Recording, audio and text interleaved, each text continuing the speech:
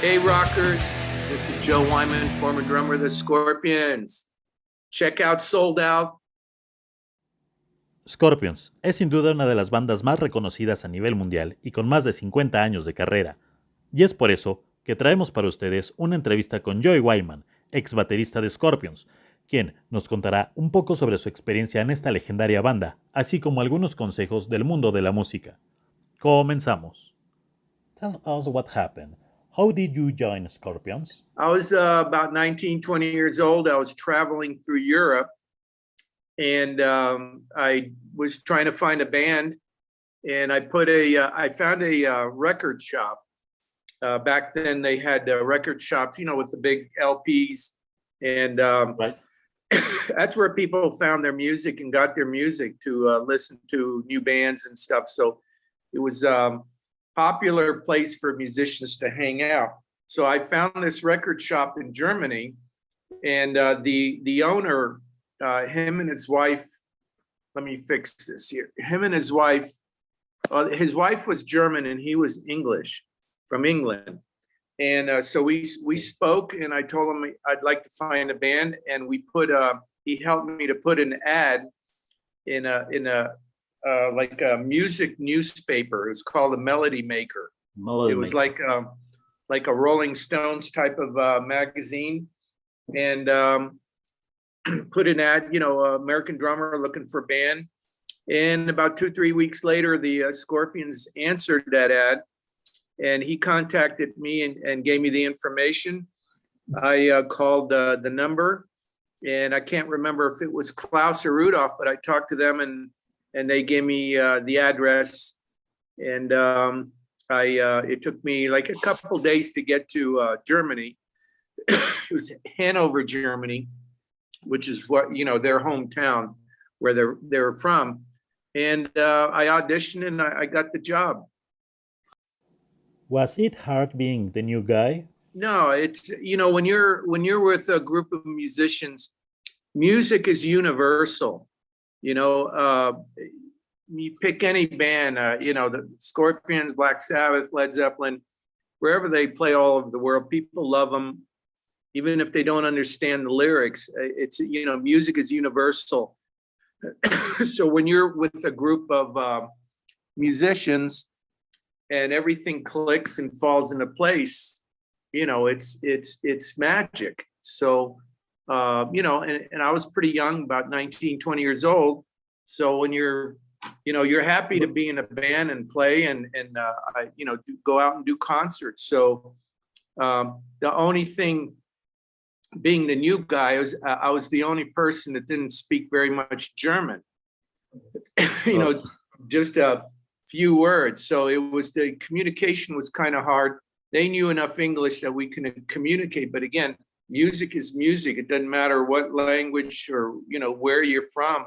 When you play with musicians and that magic starts to happen, it happens, or it doesn't happen. Sometimes people just don't get along. But it worked out very well. We did several concerts all over Germany.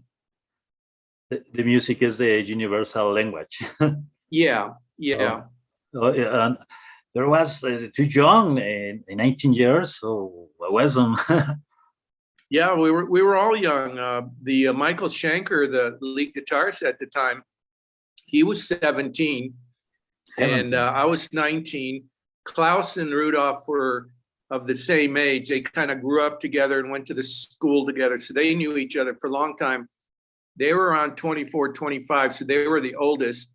And I can't remember how old the bass player was, but Michael and I were like the youngest in the group. Is there any particular anecdote that you remember with the band? There was a lot of unique things that happened. Again, back in the 70s, there wasn't a book or a plan that you can buy and how to start a rock band and what to do, A, B, C, D, and do this and that. We kind of had to figure it. There was the rule book wasn't made back then. It was being created. And you ask any band back in the 60s and 70s, and they'll all say the same thing. We didn't know what was going to happen, where things were going to go, but there was a lot of unique experiences that we had as a band, and you almost like become a family. First time you got on tour with Scorpions, how was your feeling getting on the stage? You are nervous?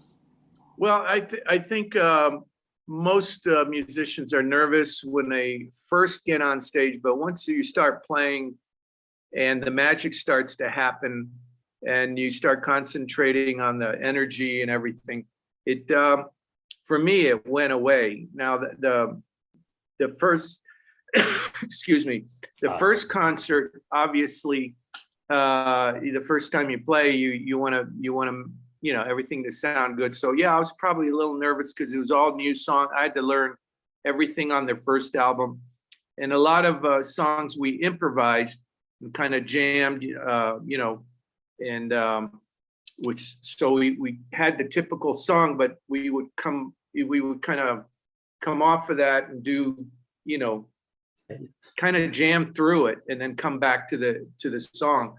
But there's always a certain amount of nervousness, but it was, it's always exciting because you're sending out this energy through your music and it comes back to you from the audience. And it's just an amazing feeling. You ask any musician and they live for that moment to be on stage. It's just, that's where the magic happens. That's why I love live music.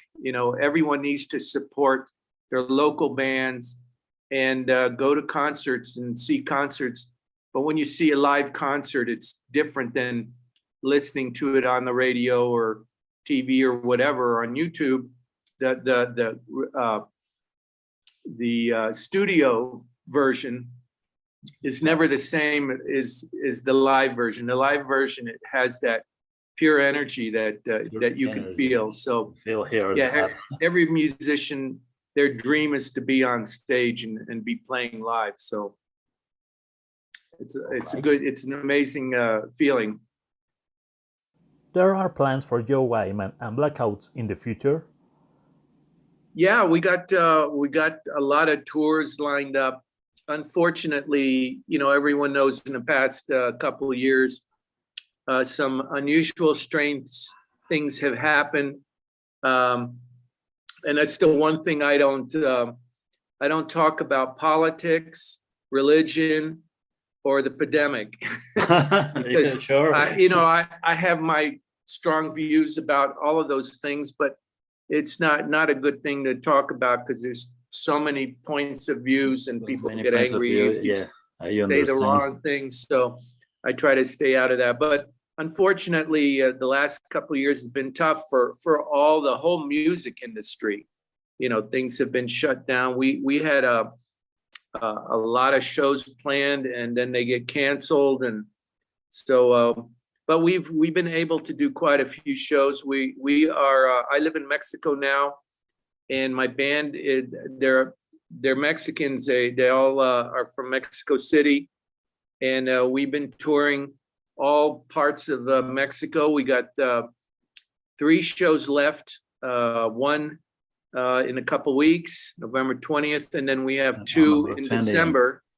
Puebla, yes, and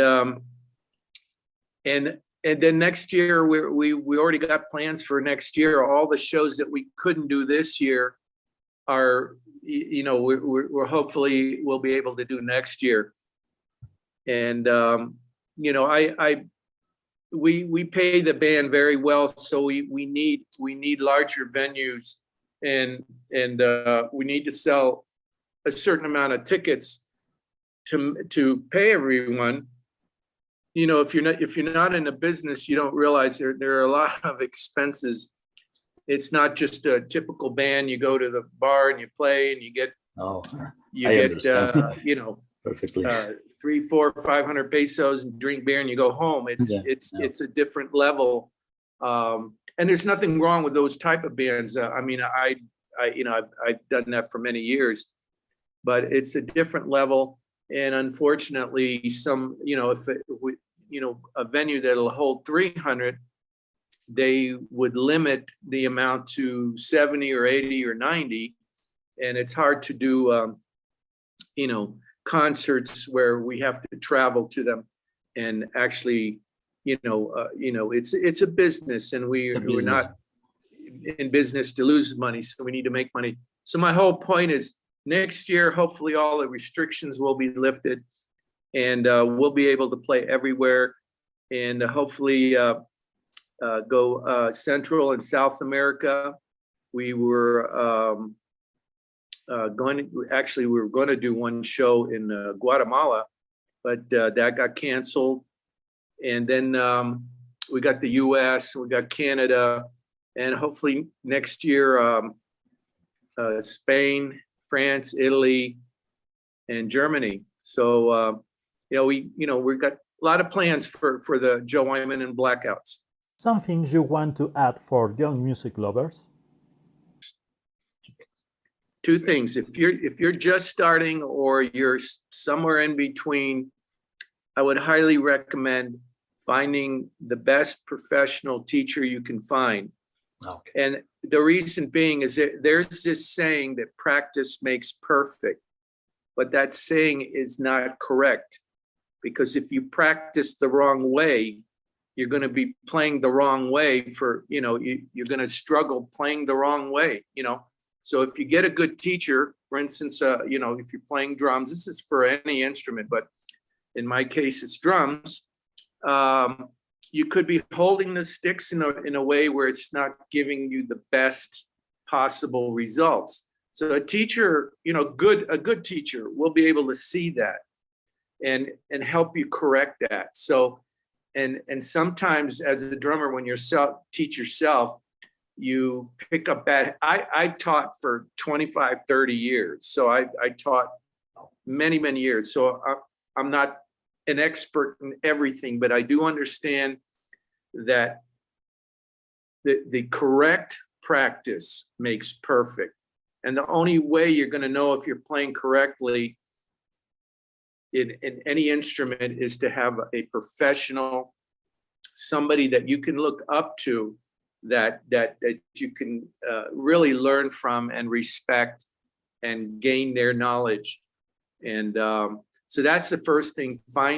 So practice does not make you perfect. It's perfect practice makes you perfect. So you need to get a good professional teacher, number one. Number two, this is important also. There's a famous jazz, and I'm sure he plays trumpet. I'm not into jazz, but his name is Miles Davis. Miles Davis. Not everybody's going to know who he is, but you can look him up. He's been around for many years, very, very famous, tours all over the world. And I actually met I got to jam with his guitarist that was with him for about 8-9 years. And he told us, good stories about him.